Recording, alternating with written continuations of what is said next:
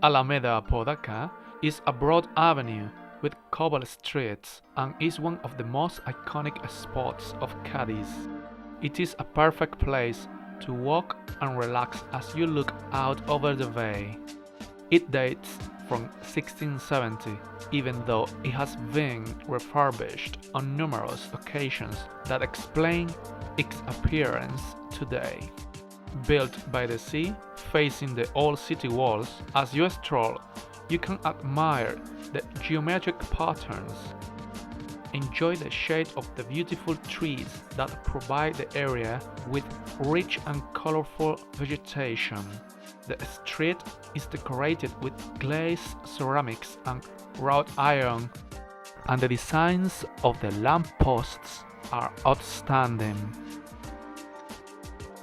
There is also a buffer of parkland between the coastal walls and the buildings, which is where you will find shady parks. These parks offer a place out of the sunlight to relax. Sit down on any bench along the Alameda Apodaca and look out to sea through its balustrade. The place is perfect for fishermen who looks for peace. Cadiz has 4 old ficus trees that were brought centuries ago from the Americas. 2 of them can be found in the Alameda Apodaca. The other 2 lay near Caleta Beach. There are several commemorative sculptures in honor of the maritime life of the city along the Alameda Apodaca.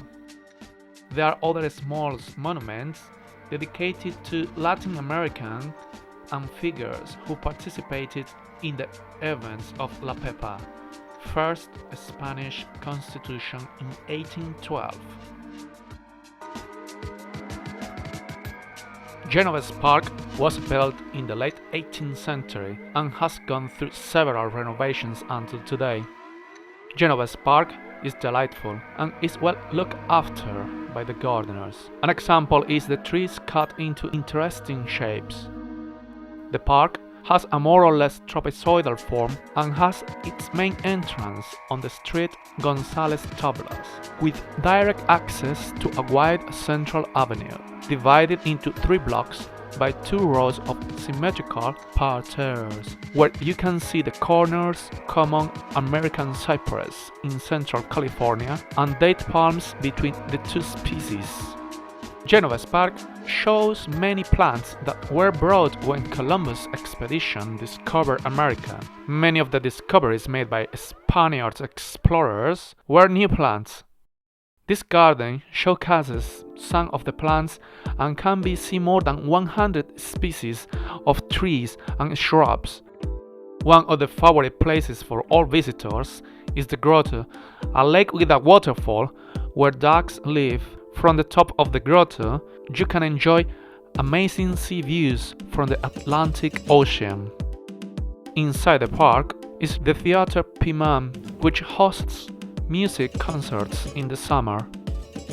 There is also a children's playground if you want to get rid of kids and relax having a beer at the bar. La Plaza de España is a large square close to the port. It is dominated by the monument to the Constitution of 1812, which came into being as a consequence of the demolition of a portion of the old city wall. The lower level of the monument represents a chamber and an empty presidential armchair. The upper level has various inscriptions surmounting the chamber. On each side, there are bronze figures representing peace and war. In the center, a pilaster rises to symbolize, in allegorical terms, the principles expressed in the 1812 Constitution. It has a 32 meters high, and it was built with the idea that ships arriving to the port could see the symbol of freedom. At the foot of this pilaster, there is a female figure known as La Pepa, who holds the Constitution. On her sides, it can be seen sculpture groupings representing agriculture and citizenship. The upper sculpture group illustrates the citizen marching into battle. War is also represented by the equestrian figure on the right, identified as Mars, the Roman god of war. The sculpture behind the monument is of Hercules, who founded Cadiz. Plaza España is surrounded by typical 18th century buildings, such as the merchants' houses, 4 towers and 5 towers, with their characteristics watchtowers. The House of 5 Towers has a ground floor with a water tank to collect rainwater and surrounded by storage areas for the merchandise. The offices were located on the mezzanine. The family living quarters was on the second floor, while the third floor was used as the servants' quarters. The original Grand Teatro was destroyed by a fire in August 1881.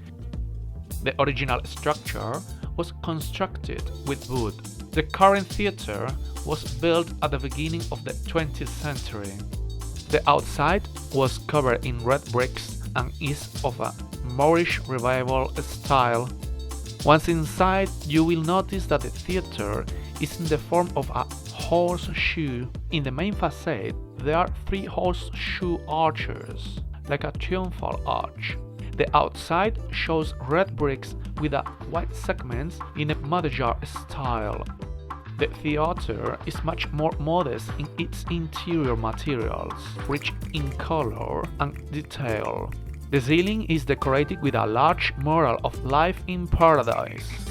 Its premier performances are its annual carnival competitions. The rest of the year, it also hosts plays and musical concerts.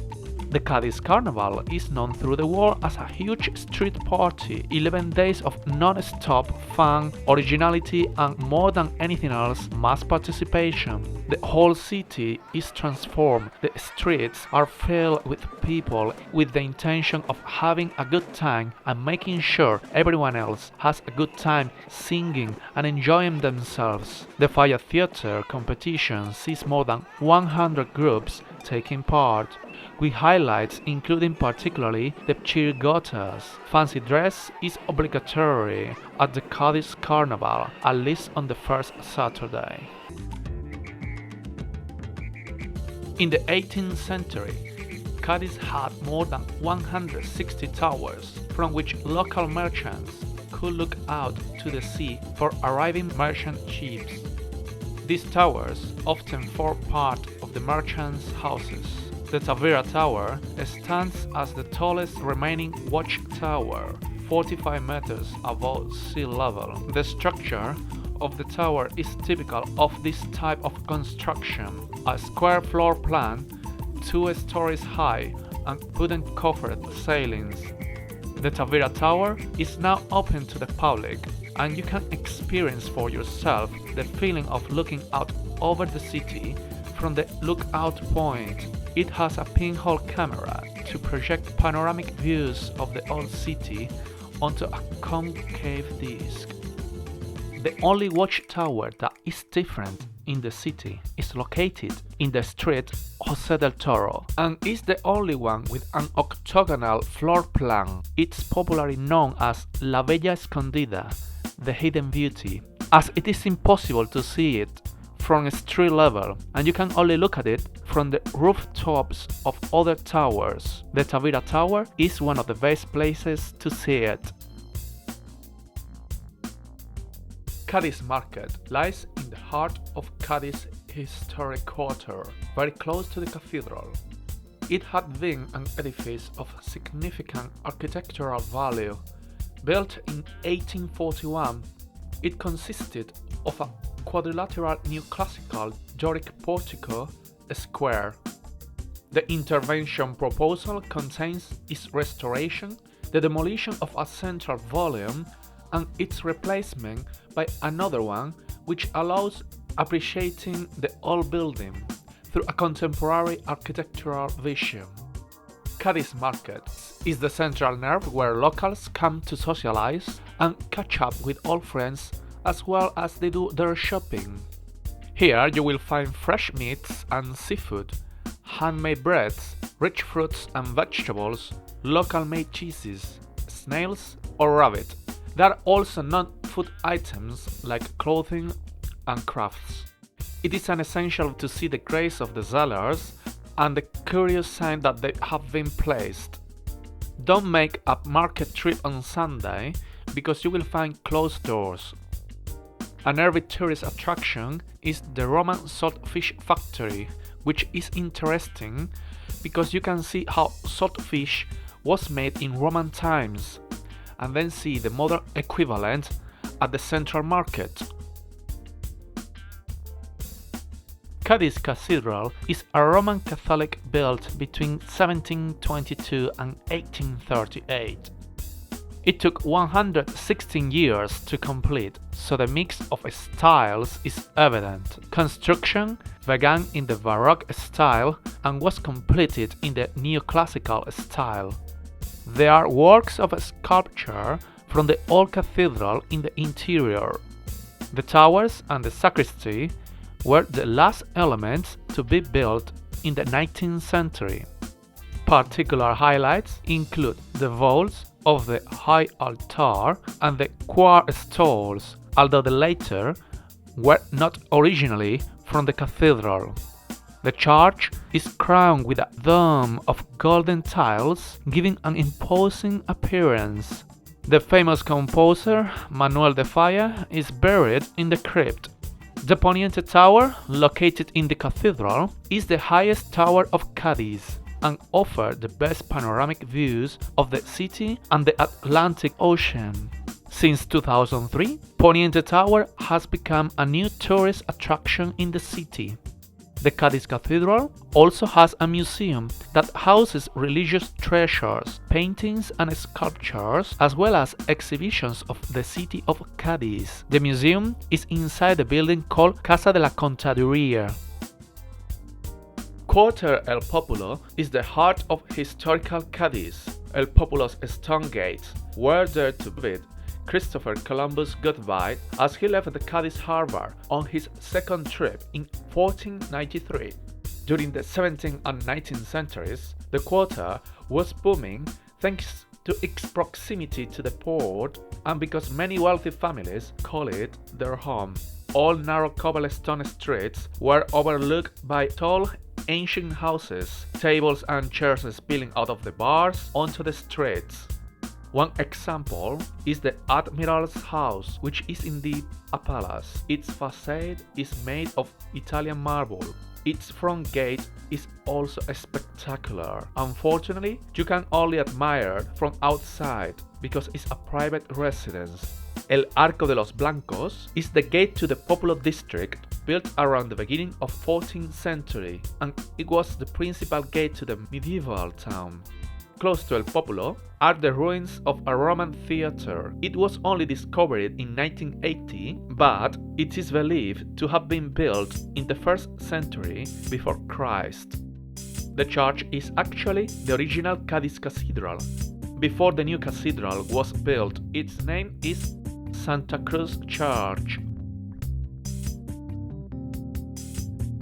Founded by the Phoenicians as Gadir around 1100 years before Christ, Cadiz is thought to be the oldest town in Spain. The name Gadir means walled town, so the site has been fortified for over 3,000 years. One of the most significant monuments of the city, dividing the old town from today's part, is La Puerta de Tierra, Earth Door.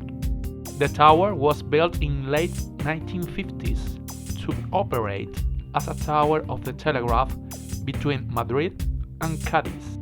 By the 20th century, it was necessary to renew the entrance to the old part of the city to accommodate modern traffic.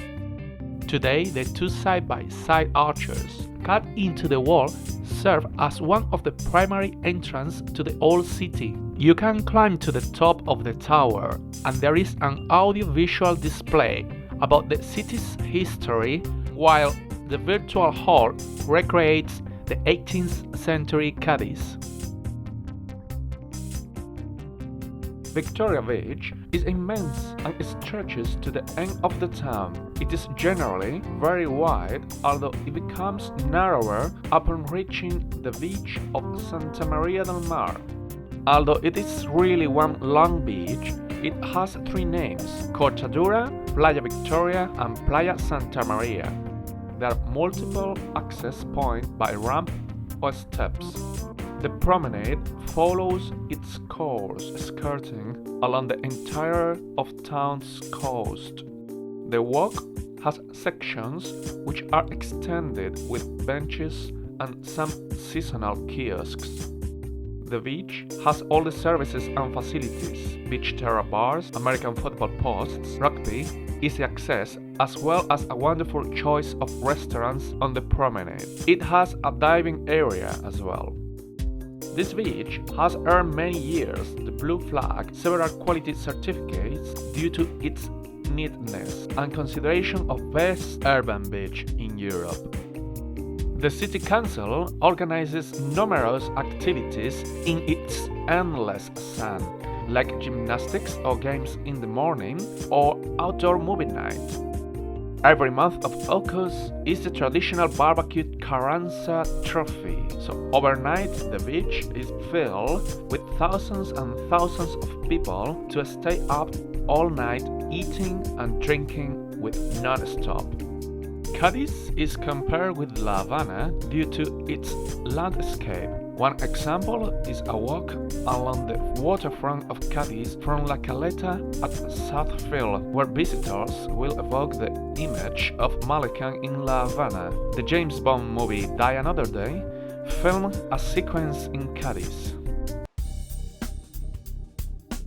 Caleta Beach is without a doubt the most emblematic beach of Cadiz, the most picturesque. Admire how colorful fishing boats are tied together in the bright blue sea. Located next to Quarters La Viña, Caleta is the smallest beach of Cadiz and it is well equipped. There are bars and restaurants, and at the back of the beach is a promenade with palm trees. There are also two enormous big ficus trees. Central to the 360-meter-long beach is a white pavilion raised above the sun on pilings. On each side of the beach, two ancient reef structures extend into the Atlantic Ocean, calming the waters of La Caleta's harbor. Two castles flank and protect Caleta Beach. Connected to the shore, Santa Catalina Castle is the beach's northernmost point. In the distance, San Sebastian Castle and its long promenade form the southernmost border of the beach and bay. In the past, Santa Catalina Castle served to control the arrival of boats in the west and to prevent possible enemy landings. His defensive mission was completed after 1621 with the construction of the wall of La Caleta, reinforced by the bastions of Orjon by the door of La Caleta and platforms of San Pedro and San Pablo on the same beach. Today, the castle has a public cultural use.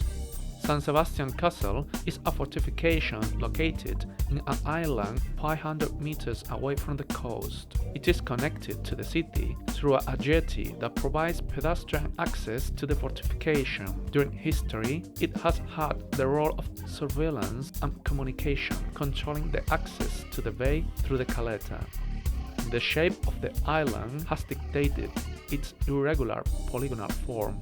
Its metallic lighthouse, built in 1913, is the only metallic lighthouse in Spain. Due to the bicentenary of the 1812 Constitution, the fortification has been refurbished. Its use will no longer be military, and it's pretended to be public to organize many kinds of events.